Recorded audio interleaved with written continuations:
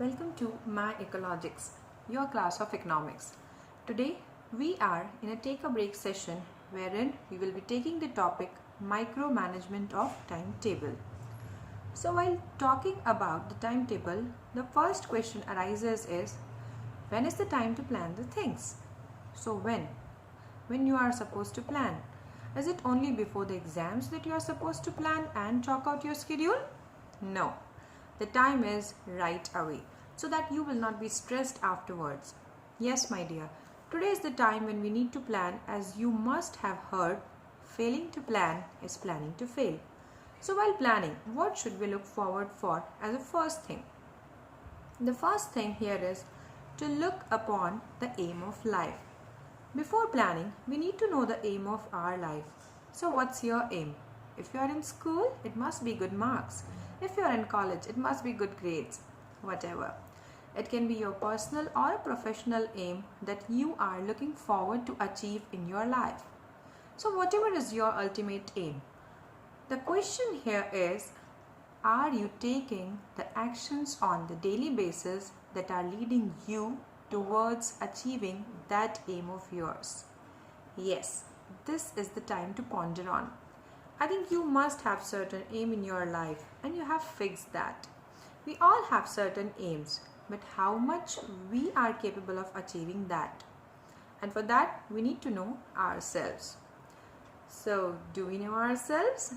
If you see in this picture, the outer portion that is visible is a very small portion as compared to the inner one, which is invisible. Yes, we are also like that.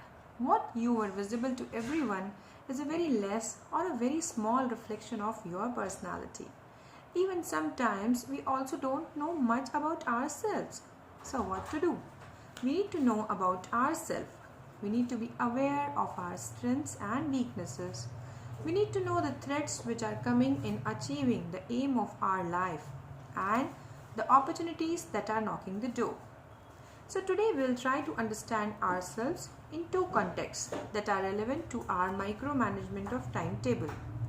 The first thing is, which type of person am I?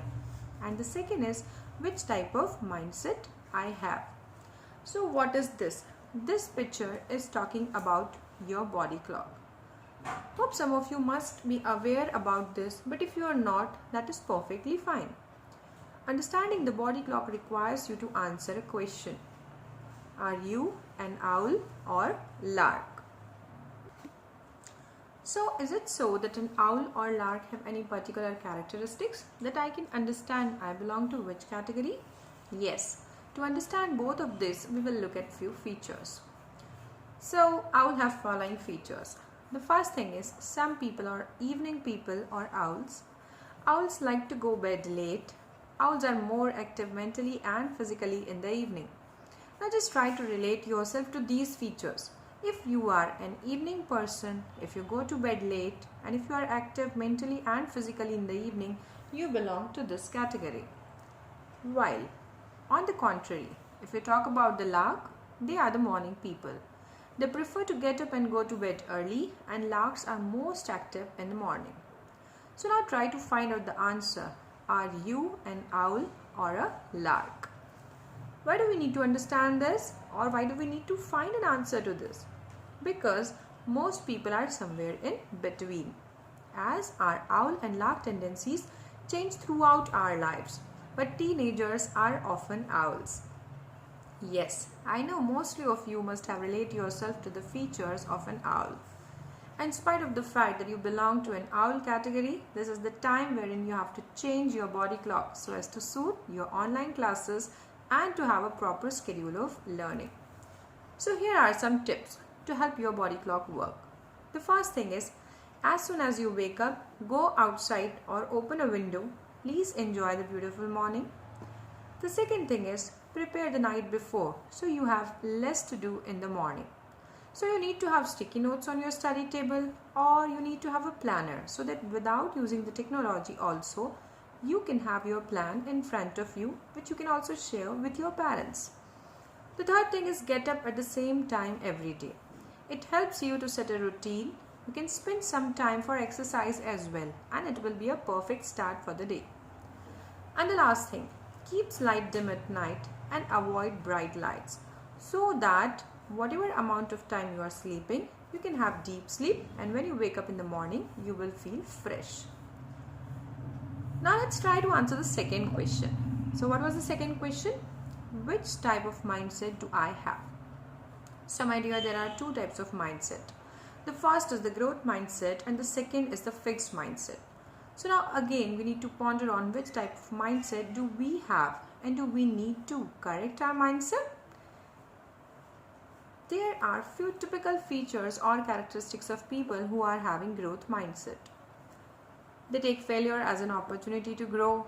They get inspired by the success of others. For them, feedbacks are constructive. They like to try new things and they feel they can learn to do anything. On the contrary, if you talk about a fixed mindset person, for them failure is the limitation. They feel either they are good at it or not. They don't like to be challenged.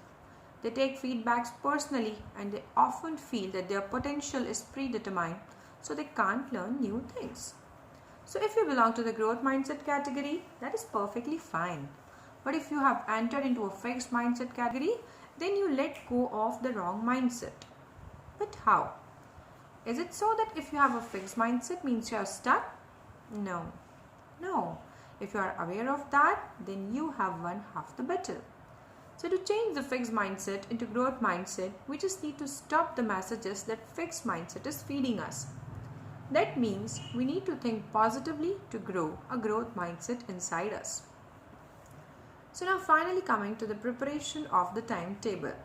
So whatever we have done till now was the micromanagement of our own brain, our own mind, and that was a preparation to understand how we will be able to successfully prepare and follow this timetable.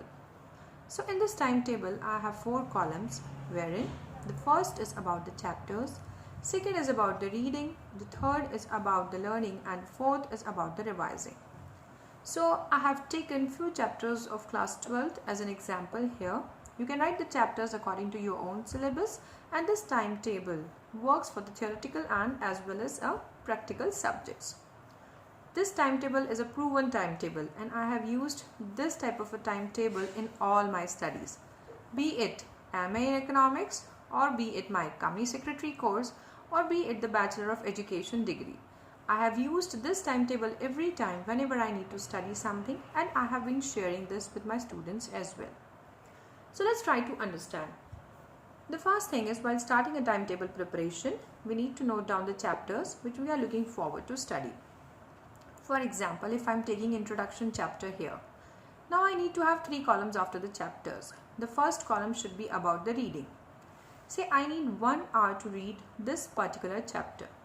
Okay, now I need to take care of this thing that when I am reading, I am supposed to underline all the important things, and at the same time I need to write down the shortcuts for the big paragraphs so that the next time whenever I will enter into the chapter, I need not to read the whole content again and I can have a summary in front of me to learn. Now it's the time for learning. So we are again talking about the chapter introduction here. For learning purpose, I can prepare a chart or a mind map wherein I will note down the headings and then learn the chapter. And say for example, again I need 1 hour to learn the chapter. Third column is reflecting the revising thing. So say I need 30 minutes to revise the chapter of introduction. In this manner, I will note down the names of the different chapters and then I will calculate the reading time, the learning time and the revising time.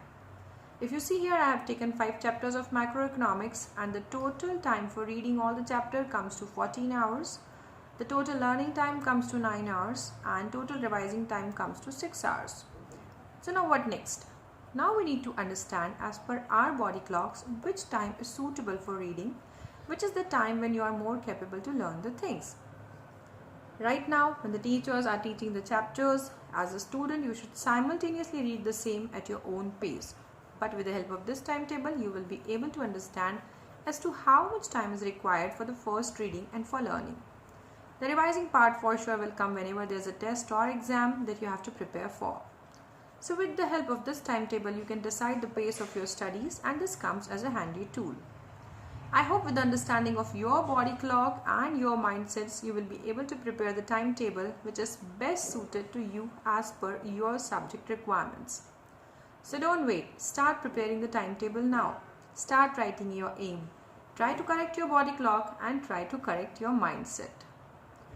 And always remember, my dear child, your body is your temple and no unclean thing should enter in the temple. Always stay positive, have positive thoughts and spread positivity. So please share in the comment box below how was the session and when you will start preparing your timetable. See you in the next Take a Break session. Till then, happy learning. Thank you all.